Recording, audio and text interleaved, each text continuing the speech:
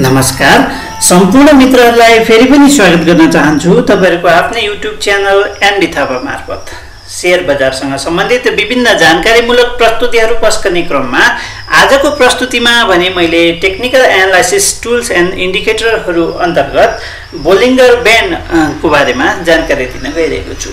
Bollinger band कसैले Bollinger band पनि भन्छन्, बोलिङ्गर प्रोनाउन्सिएसनमा भर पर्ने कुरा हो। बोलिङ्गर ब्यान्ड के हो र यसले हामीलाई कसरी टेक्निकल एनालाइसिसमा हेल्प गर्छ भन्ने बारेमा आजको भिडियोमा म प्रस्तुत गर्न गइरहेको छु। कृपया भिडियोलाई पुरा हेरिदिनु हुन हार्दिक अनुरोध गर्दछु। साथै हामीले technical indicator, technical analysis tools and indicator भनेको एउटा मैले प्लेलिस्ट राखेको छु। यो प्लेलिस्टमा गएर तपाईले यहाँ भएको सबै भिडियोहरू हेर्न सक्नुहुन्छ। यदि तपाई टेक्निकल एनालाइसिस सिक्न चाहनुहुन्छ भने तपाईहरुको लागि चाहिँ यो भिडियो इम्पोर्टेन्ट हुन जान्छ। यहाँ मैले support and resistant, moving average, MACD, MACD, gap filling थ्योरीको बारेमा बताएको छु। त्यस्तै आरएसआई, पिभोट पोइन्ट को बारेमा बताएको छु, सुपर ट्रेन्डको बारेमा बताएको छु, पिभोट पोइन्टहरू को बारेमा बताएको छु हैन। त्यसपछि फिबोनाचीको बारेमा छ, प्याराबोलिक चार्ट छ, एडीएक्स छ। यो सबै कुराहरू तपाईहरुले यो प्लेलिस्टको भिडियो मार्फत तपाईहरुले थाहा पाउन सक्नुहुनेछ अथवा जानकारी लिन सक्नुहुन्छ। यदि तपाईहरुले यो लिंक भेट्नु भएन भने मेरो माथि आई बटनमा पनि यो प्लेलिस्टको लिंक राखिदिएको छु, त्यहाँ गएर पनि तपाईहरुले जानकारी लिन सक्नुहुन्छ। साथै मेरो युट्युब च्यानल एनबी थापालाई सब्स्क्राइब गर्न नबिर्सनु होला। सब्स्क्राइबको मद्दतले आगामी दिनमा आउने भिडियोहरू पनि तपाईहरुलाई नोटिफिकेसनको मार्फत आउँछ। साथै मेरो फेसबुक पेज एनबी थापा जसको ट्याब मैले यहाँ छ, यो पनि मलाई यहाँ गएर पनि फलो गर्न सक्नुहुन्छ। र अब म भिडियो सुरु गर्न चाहन्छु र भिडियो सुरु गर्दाखेरि तपाईहरुलाई जानकारी गराउन चाहन्छु कि मैले बनाएको भिडियो बिल्कुलै एजुकेशनल पर्पजको लागि बनाएको हो। यो कुनै शेयर खरिद बिक्रीको रिकमेन्डेसन होइन। र यदि शेयर मार्केटमा लाग्नुहुन्छ भने एउटा कुरा ध्यान दिनुपर्ने हुन्छ, शेयर बजार जोखिमपूर्ण क्षेत्र हो। यहाँ तपाईले गरेको लगानी डुब्न पनि सक्छ र तपाईलाई हानि पनि नोक्सानी पनि हुन सक्छ। त्यसैले गर्दा आफूले पनि अध्ययन गरेर मात्रै शेयर बजारमा लगानी गर्नु हुन हार्दिक अनुरोध गर्दछु। र यति पनि सकेपछि मैले यहाँ बोलिङ्गर ब्यान्डको जुन चार्ट खोलेको छु, मैले यो बोलिङ्गर ब्यान्ड मात्र देखाएँ अहिले। त्यसपछि म यसमा क्यान्डलहरू हाल्छु र अझ सिकाउन सजिलो हुन्छ भन्ने हिसाबमा मैले देखाउन खोजेको। यहाँ देख्न सक्नुहुन्छ तीनवटा लाइन छ। यो तीनवटा लाइन बोलिङ्गर ब्यान्डको लाइन हो। तीनवटा लाइनमा तपाईले अप्पर, यो माथिको लाइनलाई अप्पर लाइन भन्छ र तल्लो लाइनलाई लोअर लाइन भन्छ भने बीचको लाइनलाई मिडल लाइन भन्छ। यो मिडल लाइन चाहिँ मुभिङ एभरेजको लाइन हो। सिम्पल 20 डेज मुभिङ एभरेज को काउन्ट गर्छ यसले चाहिँ भने यो माथि तलको चाहिँ यो 2 स्ट्यान्डर्ड डेभिएसन हो। यो स्ट्यान्डर्ड डेभिएसनमा काम गर्छ यसले। र यति हेरिसकेपछि अब सरसर्ती हेर्नुभयो भने यो मास्तिर गएको बेलामा बजार बढेकै छ भन्ने अनुमान लगाउन सक्नुहुन्छ। यहाँ एकदम फ्ल्याट छ, यो बेलामा मार्केट साइडवेज भनेर पनि अनुमान लगाउन सक्नुहुन्छ।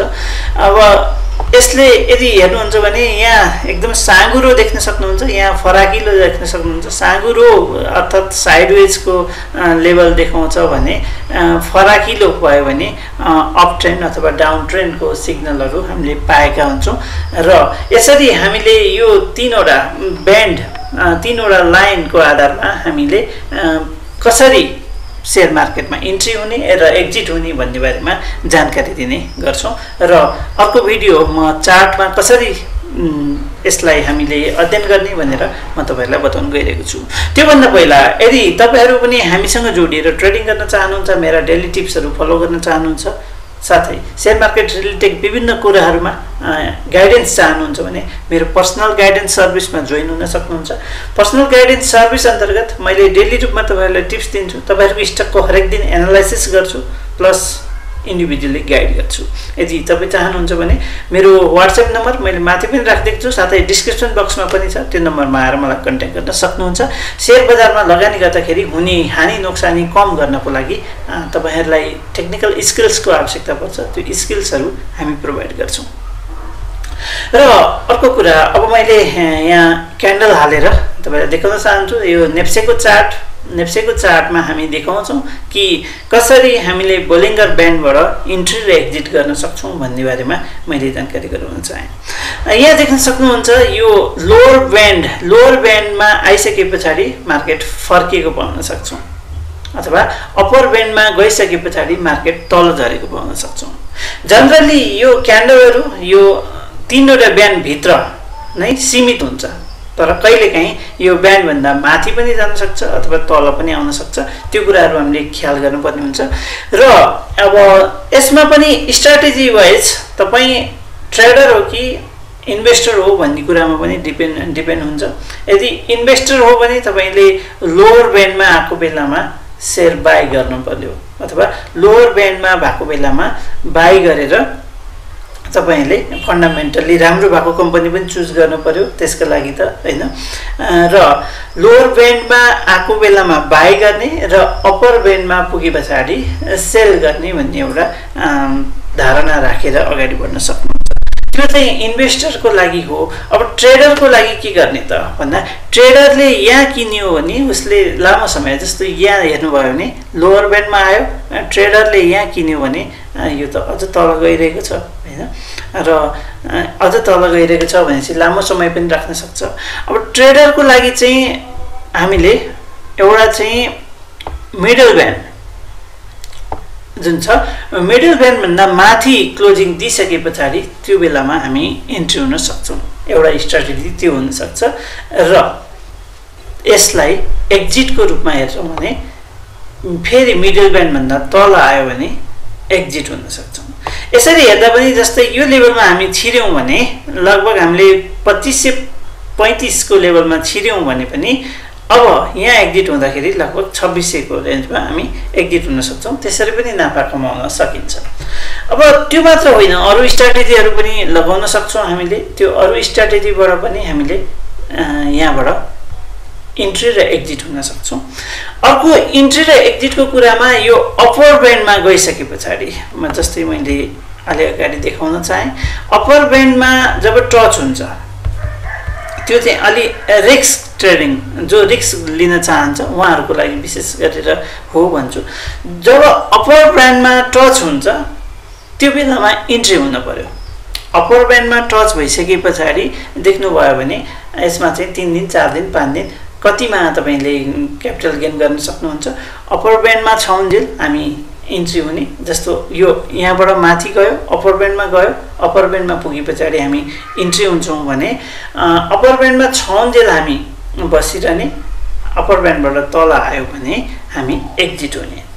अब यो एक्जिटको कुरामा बोलिङ्गर ब्यान्डले खास एक्जिट पोइन्ट भनेरै देखाउन दिने चाहिँ होइन। हामीले बोलिङ्गर ब्यान्डसँग अरू इन्डिकेटरहरू पनि लगाउन सक्छौँ, जस्तै आरएसआई लगाउन सक्छौँ, सुपर ट्रेन्ड लगाउन सक्छौँ, पिभोट पोइन्ट अथवा फिबोनाची लगाउन सक्छौँ। एउटा टार्गेटको लागि हामी फिबोनाची लगाएर हेर्न सक्छौँ अथवा पिभोट पोइन्ट लगाएर हेर्न सक्छौँ भने एक्जिटको लागि पनि जस्तो हामीले क्यान्डलहरूको बारेमा मैले भिडियो बनाएको छु। यदि क्यान्डलहरू चिन्न चाहनुहुन्छ भने क्यान्डलले कुन क्यान्डलले कस्तो सङ्केत दिन्छ भन्ने चिन्न चाहनुहुन्छ भने मैले माथि त्यसको पनि प्लेलिस्ट राखिदिएको छु, आई बटनमा त्यहाँ गएर हेर्न सक्नुहुन्छ। क्यान्डलहरूको सङ्केतको आधारमा त्यसै गरी अरू इन्डिकेटर जस्तो सुपर ट्रेन्डले सेल सिग्नल दिएको बेलामा अथवा आरएसआईले सेल सिग्नल दिएको बेलामा पनि हामी एक्जिट हुन सक्छौँ। यसरी सेयर मार्केटमा हामी बोलिङ्गर ब्यान्डबाट इन्ट्री र एक्जिट हुन सक्छौँ। अझ मैले देखाउन चाहेँ जस्तो नेप्सेको कुरा गर्नुहुन्छ भने यो जनरली अप्पर ब्यान्डमा पुग्नुभन्दा पहिले मिडल ब्यान्ड आउँछ। लोअर ब्यान्डबाट मिडल ब्यान्डमा गइसके पछाडि धेरै मान्छेहरू इन्ट्री हुनुहुन्छ। यो एउटा साइकोलोजिकल लेभल पनि हो, किन भन्दा 20 डेज मुभिङ एभरेज भन्दा माथि जान्छ भने हामीले बाईको लागि रेडी छ भनेर पनि बुझ्नुपर्ने हुन्छ। त्यो आधारमा यो रातो लाइन बिचको लाइन चाहिँ 20 डेज मुभिङ एभरेज हो भनेर पनि बुझ्नु पर्यो। र यो 20 डेज मुभिङ एभरेज पछाडि हामीले माथि गयौँ, माथि इन्ट्री भयौँ भने यसले चाहिँ हामीलाई मुनाफा दिने कोसिस गर्छ। भने पछाडि हामीले ल 20 डेज मुभिङ एभरेज यो भयो र योभन्दा माथि यो दिन क्लोज हुन कन्फर्मेसन आएन र भोलिपल्ट कन्फर्मेसन दियो भने अब हामीले यो कन्फर्मेसन भन्दा पनि यो ग्रिन क्यान्डल भन्दा माथि क्लोज माथि मार्केट यदि जान्छ भने पछाडि यो भन्दा माथि भनेको यो लेभलतिर हामी इन्ट्री हुन सक्यौं र यो लेभलमा इन्ट्री हुँदाखेरि ल देख्नुभयो अब अप्पर ब्यान्डमा पनि टच भइसकेको छ र अप्पर ब्यान्डमा पनि टच भइसकेपछि अब मार्केट कता जान्छ त मास्तिर जाने सम्भावना हामी देख्न सक्छौं र अप्पर ब्यान्डबाट तल आउन अवस्था आयो भने त्यो बेलामा पनि हामी एक्जिट हुन सक्छौं यो अलिकति रिस्की ट्रेडिङ हुन्छ भनेर हामीले भन्छौं यदि अप्पर ब्यान्डमै टच भइसकेपछि एन्ट्री हुन्छौं भने हामीले खासमा लोअर ब्यान्ड मिडल ब्यान्ड भन्दा माथि गयो भने इन्ट्री हुनुभयो भने अझ बेटर भनेर भन्छौं र जो इन्भेस्टर हुनुहुन्छ उहाँहरूले देख्न सक्नुभयो जस्तो यहाँ हेर्नुभयो भने यहाँ बुलिश इङ्गल्फिङ पनि देखिएको छ लोअर ब्यान्डमा पनि छ भने अब यहाँबाट हामी इन्ट्री हुन सक्यौं र अझ कन्फर्मेसन एक क्यान्डलले दिइसकेपछि फेरि यहाँ पनि इन्ट्री हुन सक्यौं अब यहाँ इन्ट्री भएको भए तपाईहरुले देख्नुभयो लामो मुनाफा हामीले पाउन सक्छौं त्यसैगरी मैले हाइड्रोपावर सेक्टरमा हेर्न चाहे हाइड्रोपावर सेक्टरमा यदि हेर्नुहुन्छ भने अहिले देख्न सक्छौं हामी यहाँबाट मैले एउटा एकदमै न्यारो एरिया भनेको यो बेलामा चाहिँ मार्केट साइडवेजमा भएको क्यान्डलहरु पनि हेर्नुभयो भने सानो क्यान्डलहरु देख्न सक्नुहुन्छ जब वाइड हुन्छ त्यो वाइड भएको बेलामा हामी जस्तो अप्पर ब्यान्डमा टच भएको बेलामा इन्ट्री हुने भन्छौं ल अप्पर ब्यान्डमा यो लेभलमा इन्ट्री पायौं हामी यसलाई मैले अलिकति जुम गरे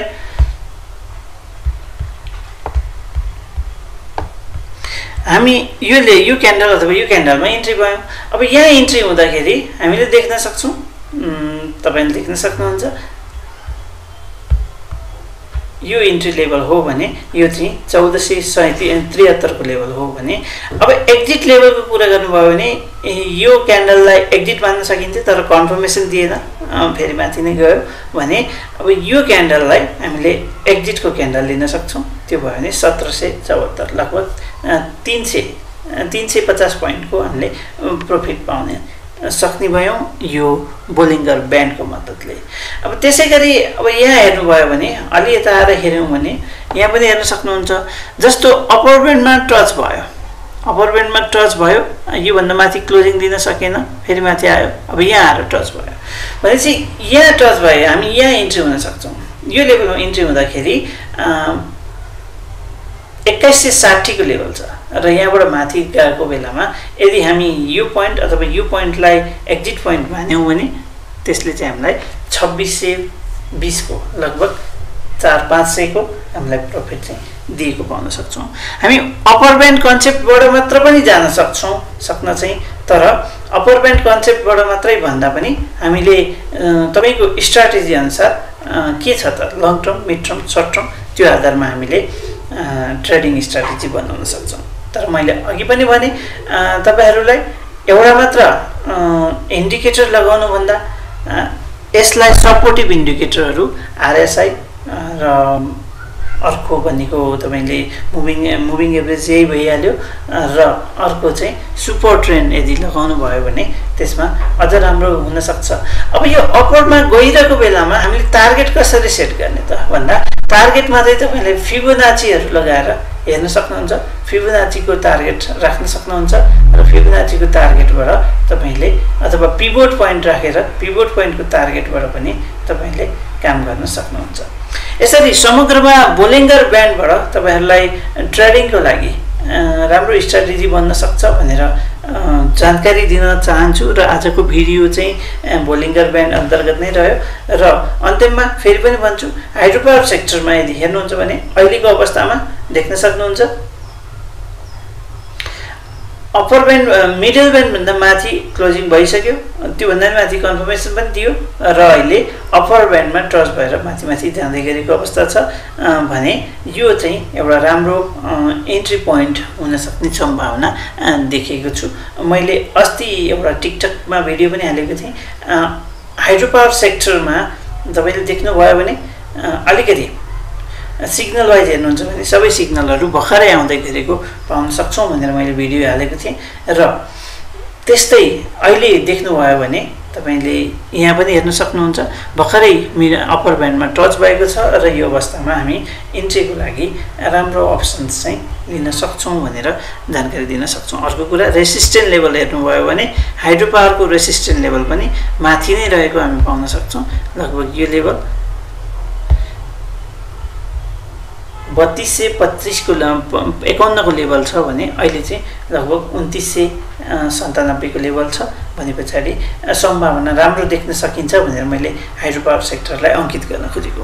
यसरी समग्र रूपमा आज हामीले तपाईहरुलाई बोलिङ्गर ब्यान्ड के हो र यसबाट कसरी इन्ट्री र एक्जिट हुने भन्ने बारेमा जानकारी दिन चाहे। आशा गर्छु यो भिडियोले तपाईहरुलाई केही मात्रामा भए पनि हेल्प गर्छ होला। यदि तपाईहरुलाई अन्य केही जानकारी चाहिन्छ भने मेरो कमेन्ट सेक्सनमा आएर कमेन्ट गर्न सक्नुहुन्छ, साथै मलाई व्हाट्सएप पनि गर्न सक्नुहुन्छ। र यदि तपाईहरु यसरी नै टेक्निकल एनालाइसिस सिकेर आफैलाई नै निखारेर यदि शेयर मार्केटमा लाग्न चाहनुहुन्छ भने तपाईले हाम्रो व्हाट्सएप नम्बरमा कन्ट्याक्ट गर्नु होला र त्यहाँ चाहिँ मैले टेक्निकल एनालाइसिसको बेसिक क्लासहरु पनि लिने गरेको छु। भोलि आइतबारबाट नयाँ क्लास सुरु हुँदैछ। यदि तपाईहरु जोइन हुन चाहनुहुन्छ भने जोइन गर्न सक्नुहुन्छ। हस्, यति भन्दै आजको मेरो प्रस्तुति यही टुङ्गाउँछु। भरे फेरि अर्को समसामयिक प्रस्तुति लिएर उपस्थित हुने बाचा गर्दै अहिलेको लागि हस्त नमस्ते।